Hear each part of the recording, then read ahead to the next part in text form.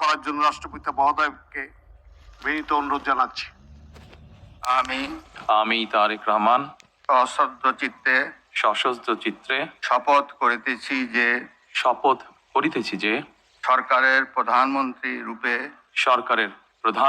রূপে যে সকল বিষয় আমার বিবেচনার জন্য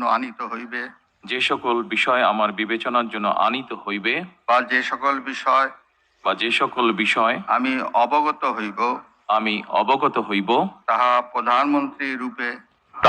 প্রধানমন্ত্রী রূপে যথাযথভাবে আমার কর্তব্য পালনের প্রয়োজন ব্যতীত প্রত্যক্ষ বা পরোক্ষভাবে কোনো ব্যক্তিকে জ্ঞাপন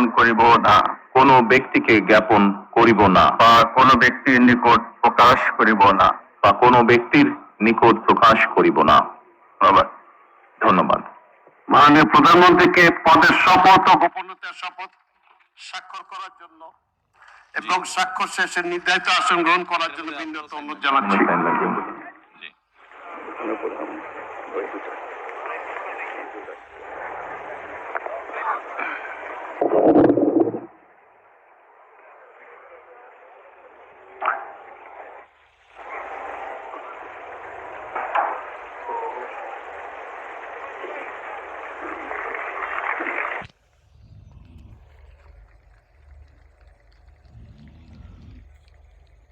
হয়ে গেলেন তারেক রহমান প্রধানমন্ত্রী।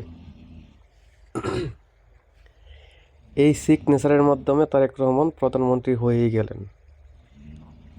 আমি লাইভ এই ভিডিওটা দেখতেছিলাম এবং স্ক্রিন রেকর্ডিং করতেছি আপনাদের দেখানোর জন্য। জনাব চুপ্পু সাহেবও সিগনেচার করে দিলেই তারেক রহমান এই দেশের ক্ষমতা পেয়ে গেল এবং প্রধানমন্ত্রী হয়ে গেল।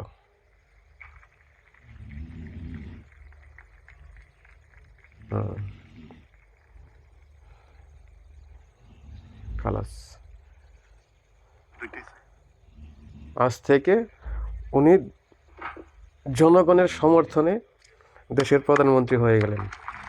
ওয়েলকাম ওয়েলকাম ওয়েলকাম জনাব তারেক রহমান, নতুন আমাদের প্রধানমন্ত্রী বিএনপির। সুস্বাগতম।